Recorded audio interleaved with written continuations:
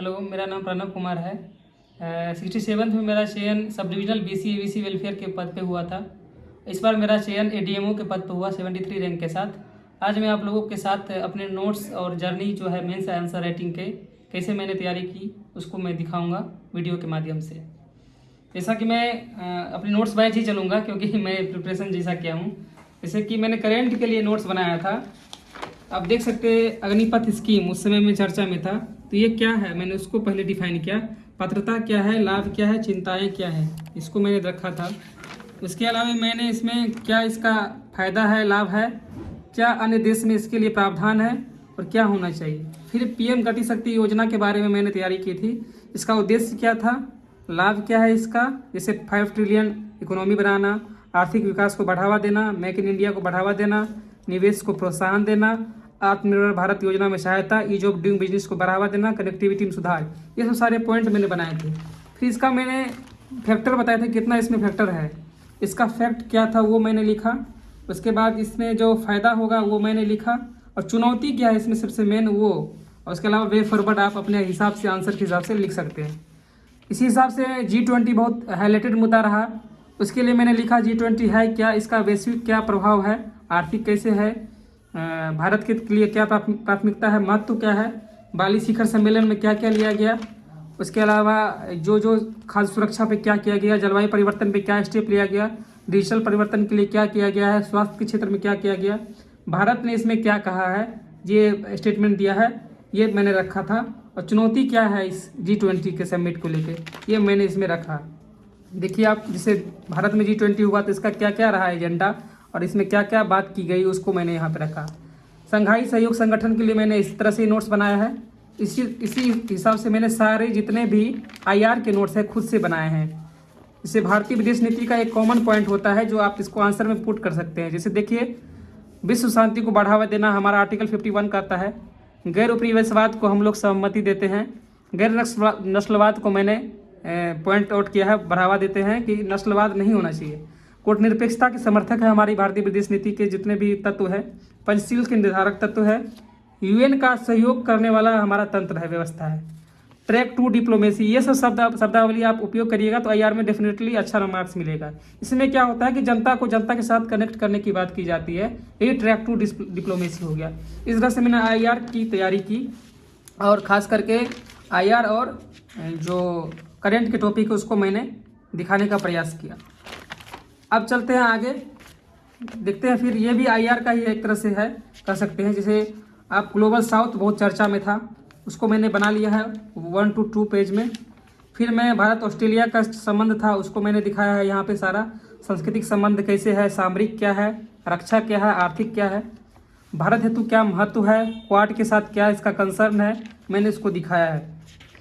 फिर आते हैं आपको ग्रामीण विकास, एक बहुत ही महत्वपूर्ण मुद्दा रहा है। तो ग्रामीण विकास आप कहीं भी आंसर में पुट कर सकते हैं। तो ग्रामीण विकास क्या है, इसका क्या डाटा है, मैंने यहाँ पे लिखा। उसके बाद सरकार की जितनी भी योजना है मैंने एक जगह लिखा। उसके बाद बिहार सरकार इसके लिए क्या कर रही है ग्रामीण विकास के लिए, जैसे लोहिया स्वच्छ बिहार ग्रामीण, जीविका मिशन हो गया, मुख्यमंत्री ग्राम परिवार योजना हो गया, हर घर नल जल सुलभ संपर्कता हो गया, कॉम्फेड द्वारा जो है सहकारी समितियों को लाभ पहुँचाया गया, ये हो गया। बकरी पालन हेतु सखी मॉडल लॉन्च किया है बिहार सरकार, बहुत अच्छी पहल है। सतत जीविकोपार्जन योजना है, महादलित विकास योजना है। उसके अलावा वे फॉरवर्ड के रूप में मैंने लिखा कि आगे ग्रामीण विकास के लिए क्या करना चाहिए। तो फॉर्म टू फैक्ट्री अप्रोच अपनाया जाना चाहिए। डिजिटल ग्रामीण अर्थव्यवस्था पर बल देना चाहिए। पूरा जो एक APJ अब्दुल कलाम की कंसेप्ट थी उसको मैंने वहाँ पे लिखा कि उसको लागू करने की ओर अग्रसर होना चाहिए भारत सरकार और बिहार सरकार को। स्वास्थ्य इंफ्रास्ट्रक्चर सुधार की बात मैंने की, मनरेगा की निगरानी के लिए मैंने बात की, और ग्रामीण पर्यटन को बढ़ावा देने का मैंने इसमें जिक्र किया है। अब देखिए, जैसा कि समुद्रयान के बारे में पूछा गया था इनडायरेक्टली कि आपको 67 में कि जो नीली अर्थव्यवस्था क्या है, तो समुद्री अर्थव्यवस्था के लिए मेरे पास पहले से तैयार था। इसके लिए मैं थैंक्स देना चाहता हूँ GCS टीम को। उनका एक नोट्स था, उसमें कुछ मैंने आंसर राइटिंग में इनरिचमेंट किया। उसके लिए क्या क्या पहल किया गया, देखिए जैसे मेरी टाइम इंडिया विजन 2030 है, 12 बड़े बंदरगाहों को बनाया गया है। ब्लू अर्थव्यवस्था में क्या आता है, जैसे अक्षय ऊर्जा आ गया, मत्स्य पालन हो गया, पर्यटन हो गया, कार्यान्वयन सिंह के रूप में कार्य करता है। SDG 14 जो है उसको पूरा करता है, फुलफिल करता है। उसमें चैलेंजेस क्या है मैंने लिखा टू द पॉइंट।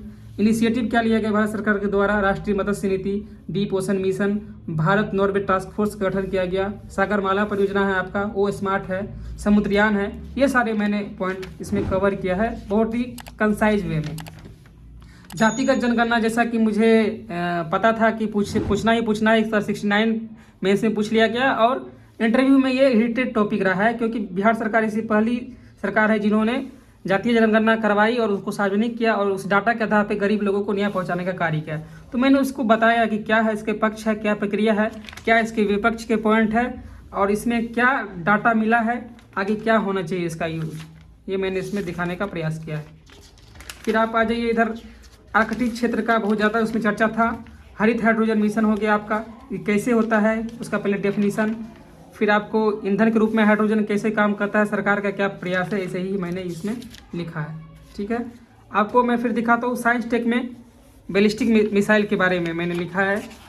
देखिए बैलिस्टिक मिसाइल के बारे में रक्षा या डिफेंस से अगर पूछ दिया, ऐसा ट्रेंड नहीं है अगर, लेकिन पूछ दिया तो मैं पहले से तैयारी करके रखा हुआ था कैसे काम करती है, इसका क्या होता है। सुपर कंडक्टर पहले पूछा जाता था, उसको मैंने तैयारी कर लिया था, ये नोट्स में 1 पेज में कर दिया था। इलेक्ट्रिक वाहन के लिए मैंने बना लिया था, क्या लाभ है, क्या हानि है, क्या चुनौतियां हैं। फिर मैं बायोटेक के लिए मैंने पूरा एकदम नोट्स बनाया है, जैसे देखिए आप, red biotech, green biotech, agriculture में क्या इसका यूज है, चिकित्सा में क्या है, उद्योग में क्या है, ये सारे आपको लिखने पड़ेंगे डायमेंशन। तो इसके साथ आप आइएगा, क्वांटम, राष्ट्रीय क्वांटम मिशन बहुत चर्चा में था उस समय में, तो मैंने उसका नोट्स तैयार कर लिया। हालांकि पूछा नहीं गया, लेकिन आगे पूछने की संभावना है। सरकार क्या कदम उठा रही है वही टू द पॉइंट लिखे हैं। फिर आपको आगे चलते हैं, यहाँ पे आगे बिहार के पास में आ जाते हैं कि बिहार में जो है वो जनसंख्या बनाम आर्थिक विकास के लेके हमेशा पूछा जाता है। तो जनसंख्या का क्या लाभ मिलेगा हम लोगों को, पहले हमको दिखाना पड़ेगा। प्रति व्यक्ति जल उपलब्धता, ये दबाव है, ये क्या है, सब कुछ। फिर बिहार के पिछड़ेपन का कारण हमेशा पूछा जाता है, उसको आप डाटा के साथ लिखिएगा। जैसे आर्थिक समीक्षा अब आएगा 28 फरवरी के बाद, तो उसको आप लिखिएगा। यहाँ पे ऊर्जा की कमी है तो कितना मेगावाट है अभी, तो वो लिखना डाटा के साथ आप लिखिएगा तो बढ़िया रहेगा। बैंक ऋण जमा अनुपात आपको लिखना पड़ेगा, इससे आंसर आपका प्रभावी होगा। तो संभावना बिहार में क्या है, हम लोग पिछड़ापन की बात करते, पूछता है कि संभावना क्या है। संभावना में आप देखिएगा कि कृषि आधारित उद्योग को आप बढ़ावा देने के लिए क्या क्या किया जा रहा है बिहार सरकार द्वारा। जैसे देखिए फल, मखाना, चीनी उद्योग में जो है 41% इन्वेस्टमेंट आया है। उसके लिए बिहार सरकार क्या कर रही है, मुख्यमंत्री गन्ना विकास कार्यक्रम आयोजित कर रही है। रेशम उत्पादन में सहरसा, अररिया, कटिहार को मलबरी विकास योजना के तहत लाया गया है। चमड़ा उद्योग के लिए सस्ता श्रम मिल रहा है, उसके लिए क्या लाया गया है, leather and textile policy Bihar सरकार द्वारा लाया गया है। सूचना एवं प्रौद्योगिकी केंद्र के रूप में हाजीपुर को विकसित किया जा रहा है। सीमेंट उद्योग में रोहतास विकसित है। पर्यटन उद्योग में हम लोग जानते हैं ग्रीन टूरिज्म से लेके सूफी सर्किट या जितना भी सर्किट बनाया गया है। डेयरी उद्योग में सुधा के द्वारा किया गया है काम। वस्त्र उद्योग में 14 जिला आगे में है। उसके अलावा देखिए बियाडा का दिए गए हैं, बिहार औद्योगिक निवेश प्रोत्साहन नीति, इन्वेस्टर मीट समिट, इथेनॉल संवर्धन नीति, चमड़ा एवं वस्त्र नीति, पीएम मित्रा स्कीम, मुद्रा लोन, कॉमफेड, चनपटिया मॉडल बहुत फेमस रहा, उसको आप जिक्र कर सकते हैं। बिहार के विकास में बहुत महत्वपूर्ण योगदान है। जैसे बिहार लॉजिस्टिक नीति हाल ही में आया है, इसमें क्या किया गया, टर्म लोन जो है ब्याज दर पर अधिकतम 60 करोड़ रुपया का लगाया गया। फिर बिहार बिजनेस कनेक्ट के तहत पूंजी को जो है 302 कंपनियां 50,530 करोड़ का इन्वेस्टमेंट बिहार में करेगी। ये आपको इसको आंसर में पुट करिएगा तो अच्छा नंबर मिलेगा आपको, क्योंकि आपको पता रहेगा आपको कि आपको ये डालना है, और जो चेक करने वाले को रहेंगे उनको पता है कि बिहार के विकास में व्यक्ति काम कर सकता है और आपको अच्छा नंबर देंगे वो। ठीक है, ये हो गया आपका बिहार का। आगे देखिए विशेष राज्य के दर्जा का बात उठता है हमेशा, उसका क्या मानदंड है, क्या लाभ होगा, क्या हानि है, उसका क्या चुनौती है, बाधा है। गंगा जल आपूर्ति योजना शॉर्ट क्वेश्चन में आपको पूछ सकता है, इसका क्या है, इंफ्रास्ट्रक्चर क्या था, कौन बनाया है, क्या है, किससे लोन लिया गया है, कैसे कैसे कहाँ पे पानी मिलेगा, क्या फ़ायदा होगा, ये आप लिख सकते हैं। जल जीवन हरियाली मिशन के बारे में 1 पेज में मैंने नोट्स बना लिया है। फिर इसी तरह से मैं शराबबंदी पे मैंने नोट्स बनाया है। 7 निश्चय 2 के बारे में मैंने नोट्स बनाया है 1 पेज के रूप में। फिर आप आगे आ जाइए, आर्थिक विकास में चुनौती क्या है बिहार में, वो मैंने लिखा है। यही सब मेरा नोट्स है। और खास करके फिर देखते हैं, आपको पॉलिटी में लेके चलते हैं। पॉलिटी में जैसे राज्यपाल का क्वेश्चन हमेशा बार बार पूछा जाता है, तो उसको मैंने शॉर्ट में लिखा है। राज्यपाल के बारे में किस भाग में है, कहाँ से कहाँ आर्टिकल उल्लेख है, इसका कार्यकारी जो है पावर क्या है, विधायिक पावर क्या है, वित्तीय पावर क्या है, उसको मैंने दिखाया।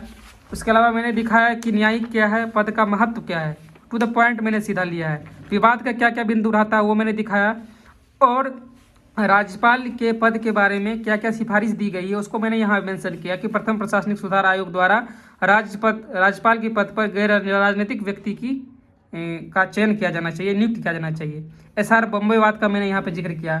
विवाद के मुद्दे अभी हाल में केंद्र राज्य में क्या है, टकराव के क्या है, सहयोग के क्या है, बिहार का केंद्र के साथ टकराव के क्या क्या बिंदु है और सहयोग का क्या क्या है। जैसे हमारी सौभाग्य योजना को भारत सरकार द्वारा अपनाया गया, नल जल योजना को भारत सरकार द्वारा अपनाया गया, चंपारण सत्याग्रह समारोह को अपनाया गया, मतलब मनाया गया। EWS के आरक्षण पर सहमत थे बिहार सरकार, GST पर समर्थन दिया बिहार सरकार ने, स्मार्ट प्रीपेड मीटर को अपनाया है केंद्र सरकार ने, मैंने ये दिखाया। फिर मैं देखिए भारत की संविधान की प्रकृति जो है वो कैसी है, संघात्मक है एकात्मक, उसको एक पेज में बना दिया मैंने। DPSP जैसे नीति निर्देशक तत्व है उसके बारे में मैंने एक पेज में बनाया है नोट्स, आप देख सकते हैं। दूसरा पेज में उसका उद्देश्य क्या है, कार्य क्या है, वो मैंने दिखाया है। न्यायिक समीक्षा बहुत ही हिट टॉपिक रहता है, वो मैंने दिखाया है एक पेज में बना के। उसके क्या मुद्दे हैं, क्या है, क्यों लागू है, क्यों नहीं होना चाहिए, क्या होना चाहिए। बिहार में पंचायती राज व्यवस्था, इसका पूछ लिया गया। इस बार जो व्यवहारात्मक पहलू है उसका मैंने पहले से ही नोट्स बना ले रखा था कि क्या क्या उन्होंने उसमें किया गया था। जैसे मैंने देखा व्यवहारात्मक महत्व क्या है, गाँव को स्वावलंबी बनाया गया, 2006 के बाद महिला को सशक्तिकरण किया गया, हर घर नल जल योजना लाई गई, 7 निश्चय जैसे कार्यक्रम आया। कोरोना महामारी में आपने देखा कि साबुन वितरण इत्यादि सैनिटरी मास्क का वितरण किया गया, लोहिया स्वच्छ बिहार का कार्यक्रम का लागू किया गया। ये सब मैंने नोट्स बनाया था, तो यही मेरा नोट्स है। और बिहार के लिए देखिए सबसे पहले आपको डाटा जो है जितना वो लिख लेना है आपको, आर्थिक समीक्षा को। वो डाटा आपको जहाँ भी समय मिले, जहाँ भी लगे कि आपको ये वैलिड है, उसको पॉइंट आउट करिए। जैसे विकास दर कितना है बिहार का, भारत का कितना है, जनसंख्या का निर्भरता अनुपात कितना है, वृद्धि दर कितना है, ये सब आपको लिखिएगा तो ज़्यादा से ज़्यादा मार्क्स आप हासिल कर सकते हैं। यही है। कृषि के आप एक जगह लिख सकते हैं, कृषि क्या है, पिछड़ापन, संभावना क्या है, कृषि की चुनौतियाँ क्या है, तो मानसून पर निर्भरता है, बाढ़ एवं सूखा है, भूमि सिद्धार्थ की कमी है। उसके सामने मैंने लिख दिया है, जैसे मानसून पर निर्भरता है तो सरकार क्या कदम ले रही है, तो PM सिंचाई योजना, बाढ़ एवं सूखा कुसुम योजना, जल प्रतिरोधी फसल का तैयारी, भूमि सुधार के लिए क्या कर रहा था, परिमार्जन पोर्टल लॉन्च किया गया है बिहार सरकार द्वारा। उर्वरक के लिए बिहार सरकार क्या कर रही है, तो तीव्र बीज विस्तार कार्यक्रम कर रही है। कृषि शाख में क्या कर रही है, तो प्राथमिक ऋण को में 40% का 18% बिहार सरकार कृषि क्षेत्र को देती है। यही सब आपको लिखना पड़ेगा। प्रथम कृषि रोड मैप, द्वितीय, तृतीय, फोर्थ जो आया है सब आपको लिखना पड़ेगा। गरीबी आप ले सकते हैं, गरीबी के लिए भारत सरकार क्या प्रयास कर रही है, बिहार सरकार क्या प्रयास कर रही है, उसको एक तो पॉइंट में। ऊर्जा क्षेत्र में SDG 7 है, ये कौन कौन सा है ऊर्जा, उसके लिए क्या प्रयास किया जा रहा है, बिहार का क्या प्रयास है, वो आप सब लिख सकते हैं, देख सकते हैं आप। फिर जैसे पॉलिटी का फिर एक बचा है मूल अधिकार, ये सब आप देख सकते हैं, लिख सकते हैं। टू द पॉइंट आपको लिखना पड़ेगा आंसर, तभी आपको नंबर मिलेगा और साथ में तैयारी भी अच्छी हो पाएगी। जैसे नीति आयोग बहुत ही हिटेड टॉपिक है, CDPO में भी पूछा गया क्वेश्चन है। नीति आयोग क्या है, योजना आयोग से तुलना करके पूछा गया कैसे है, बेहतर है कि क्या है, ये आप दिखा सकते हैं। साथ में आप जल प्रबंधन, हमेशा से ये हिटेड टॉपिक है, कभी भी ना कभी पूछेगा आपको, या फिर निबंध में अगर आप लिख रहे पर्यावरण का कुछ पॉइंट आया तब जल प्रबंधन को लिख सकते हैं। ये पूरा दिया हुआ है, मैं यहाँ पे डायग्राम बनाया हूँ, मैं देखिए वर्षा का जल का संचयन कैसा है उसको आप पुट करिए। जैसे मैंने CDPO के आंसर राइटिंग में इसको मतलब मेंस एग्जाम में इसको मैंने पुट किया था आंसर में अपने, तो अच्छा मार्क्स मिला था। संयुक्त राष्ट्र संघ के बारे में आप यहाँ पे हमेशा चर्चा में रहता है, क्या सुधार होना चाहिए, क्या अंग है, क्या UN की क्या प्रासंगिकता है, ये सब आप दे सकते हैं। ये सारे है नोट्स मेरे अपने खुद के बनाए हुए। और देखिए लास्ट टाइम मैंने क्या किया कि खुद से 1 पेज बनाया नोट। जैसे बांग्लादेश के लिए इतना में हो गया मेरा, ब्रिक्स का इतना में हो गया मेरा, आपका भारतीय रुपये का अंतर्राष्ट्रीयकरण एक इस साइड में मेरा हो गया, आपको विदेशी व्यापार नीति 69 में पूछा है, इसमें हो गया मेरा। मिस्र का संबंध इतना में मेरा ख़त्म हो गया, SCO मेरा इतना में ख़त्म हो गया। कि मुझे जो रिवीजन करने के लिए पॉइंट की आवश्यकता थी, मैंने उसको एक पेज में ही समेटने का प्रयास किया। ग्लोबल साउथ के बारे में मैंने लिख दिया था। अब आते हैं हिस्ट्री का, जैसे देखिए आप टैगोर बार बार पूछा जाता है, तो उसके बारे में एक पेज में मैंने नोट्स बनाया। नेहरू जी के बारे में मैंने एक पेज में नोट्स बनाने का प्रयास किया। आप देखिएगा नेहरू जी का। फिर आप देखिए पटना कलम के बारे में, उसका उद्भव क्या है, शैली क्या है, क्षेत्र क्या है, आपको एक पेज में दिखाए हैं। चित्र क्या है, विषय वस्तु क्या है, निर्माण पद्धति क्या है, आलोचना के क्या पक्ष है, बिंदु क्या है, वो मैंने दिखाने का प्रयास किया है। प्रमुख चित्रकार कौन है और महत्व क्या है, और सुझाव क्या है, इसको मैंने साइड में लिखा। मतलब एक पेज का ही मेरा नोट्स रहा है हिस्ट्री में भी। मौर्य कला के देखिए मैंने किस तरह से बहुत ही शॉर्ट आंसर लिखा है। राजप्रसाद को कैसे बनाना है, स्तंभ कैसे, कौन एरिया आएगा, उसको मैंने लिखा है। फिर आप मुंडा विद्रोह, पाल विद्रोह सब देख सकते हैं। वन टॉपिक 1 पेज मैंने नोट्स बनाया। उसके लिए मैंने पहले पढ़ाई की थी, बाद में मैंने नोट्स बनाया था। चंपारण सत्याग्रह देखिए आप, मैंने बनाया है 1 पेज 1 नोट्स। भारत छोड़ो आंदोलन का मैंने बनाया है। इसी तरह से सारे सब्जेक्ट के और टॉपिक के मैंने नोट्स बनाए खुद के, तब जाके कहीं आपको आसानी होगी, आप रिवीजन कर पाएंगे खुद से और बेहतर आंसर राइटिंग कर पाएंगे। मेरा नोट्स दिखाने का एकमात्र उद्देश्य ये है कि जो नए विद्यार्थी है वो किस तरह से तैयारी करे और कम समय में अपनी सफलताएं अर्जित की।